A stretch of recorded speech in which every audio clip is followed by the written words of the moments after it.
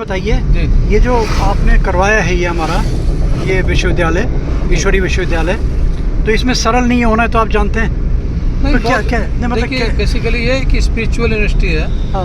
और इसका जो बहुत सारी मर्यादाएं हैं, बहुत सारी धारणाएं करनी पड़ती हैं, तो इसमें आउटसाइडर के लिए एडजस्ट करना इतना आसान नहीं है, क्योंकि हमारे यहाँ सबसे बड़ी चीज़ विकार मुक्त रहना चाहिए। हाँ। सात्विक होना चाहिए, है नहीं, किसी भी तरह का कोई व्यसन उसके अंदर व्यक्ति का नहीं होना चाहिए जी। तो दूसरी बात यह है कि हम चूँकि आदि सनातन देवते धर्म को मानते हैं, जैसे देवताओं में गुण होते हैं वही गुण हम धारण करें और देवता समान बने, यही मोटिव हमारा। और सबसे बड़ा बात क्या है कि हमारे यहाँ जो हम अपने आप को एक आत्मा के रूप में समझते हैं, शरीर तो एक इंस्ट्रूमेंट है, तो आत्मा और वो जो हमारा आत्मा चूँकि हम मानते हैं कि ज्योति बिंदु है, एक एनर्जी है, एक पावर है, वो सेम पावर सुपर पावर है, जिसे परमात्मा कहते हैं। तो आत्मा का परमात्मा से मिलन कैसे हो, ये विधि ब्रह्मा कुमारी संस्था में सिखाई जाती है, जिसे हम राजयोग कहते हैं। तो नहीं, ये तो भाई साहब ये तो सब चीज़ें क्लियर हो गई जी। हमें तो ये क्योंकि पब्लिक आम पब्लिक है ना, जी जी, उसको क्या इंटरेस्ट, क्योंकि वो तो जानता है, उसके लिए क्या संदेश है आपका? नहीं, जो ज्योतिष, क्योंकि लोगों के दिमाग में, मैं भाई एक बात बता दूं, लोगों के दिमाग में ये जैसे ज्योतिष सम्मेलन होते हैं ना जी, ये गोपाल राजू का है, ये गोपाल नारसन का वही वाला सम्मेलन होगा। नहीं नहीं, तो ऐसा नहीं है। इसमें क्या मतलब? इसमें सबसे बड़ी चीज़ है कि जो आम ज्योतिष सम्मेलन है इसमें केवल ज्योतिष की बात होगी, खगोलीय गणना की बात होगी, हैं, टोने टोटके की बात होगी, और किसी की जन्मपत्री या विवाह लग्न की बात होगी। लेकिन इसमें ऐसा नहीं है। इसमें बेसिक क्या होगा कि इसमें आपको साथ साथ राजयोग का अभ्यास करने का अवसर मिलेगा, आपको स्पिरिचुअल स्पीकर मिलेंगे जो आपको आपके जीवन की दिशा और दशा बदलने के लिए कारगर होंगे। तो ये एक बड़ी बात है, मतलब पब्लिक के लिए पूरा इंटरेस्ट।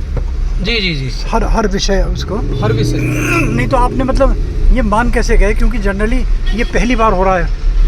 नहीं, इसमें देखिए, अगर कोई व्यक्ति या संस्था ब्रह्मा कुमारी के जो धारणाएं हैं, जो मर्यादाएं हैं, उसका अनुपालन करने के लिए प्रतिबद्ध होती है, तो उसका स्वागत करते हैं हम लोग। हमारा मोटिव क्या? हमारा मोटिव है कि विश्व शांति, विश्व भाईचारा और चरित्र निर्माण का हम काम करते हैं। तो वही अगर उसमें कोई संस्था सहयोग करना चाहे तो चूँकि जो अकल्ट परिवार मिलन है उसमें मैं 2 सम्मेलनों में गया हूँ, और उनके जो सम्मेलन में बड़े मर्यादित होते हैं और बड़े, मैं ये कह सकता हूँ कि सात्विक होते हैं, और उसमें कुछ ना कुछ अच्छा निष्कर्ष निकलता है।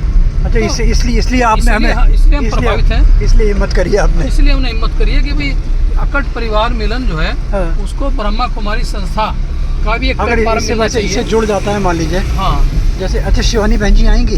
देखिए, कोशिश करेंगे हम अच्छे से अच्छे वक्ता वहाँ पर लाए जाएं, और उसमें शिवानी बहन भी आ सकती है। दूसरे उसमें सबसे बड़ी है कि हमारी जो राजयोगिनी है बीके उषा दीदी, उनका सानिध्य में मिलेगा। बीके करुणा भाई हैं, उनका सानिध्य में मिलेगा। बीके मृत्युंजय भाई हैं, उनका सानिध्य में मिलेगा। आदरणीय ब्रजमोहन भाई जी हैं जो संस्था के जनरल सेक्रेटरी, उनका सानिध्य में मिलेगा। तो सुदेश दीदी है, उनका सानिध्य में मिलेगा। तो हमारे पास एक से एक बढ़कर जो हस्तियां हैं जिनके माध्यम से ये हमारी सेमिनार सफल होगी, मैं मानता हूँ। नहीं भाई साहब, चलिए, बहुत बड़ा।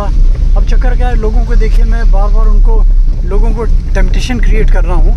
ये वीडियो देने का उद्देश्य ये, हम लोग देहरादून जा रहे हैं मीटिंग के लिए, अकल्ट परिवार मिलन की। भाई साहब हमारे कंज्यूमर फोरम के उत्तराखंड के, मैं समझता हूँ नंबर 1 एडवोकेट और कांग्रेस के स्पोक्स पर्सन रह चुके हैं।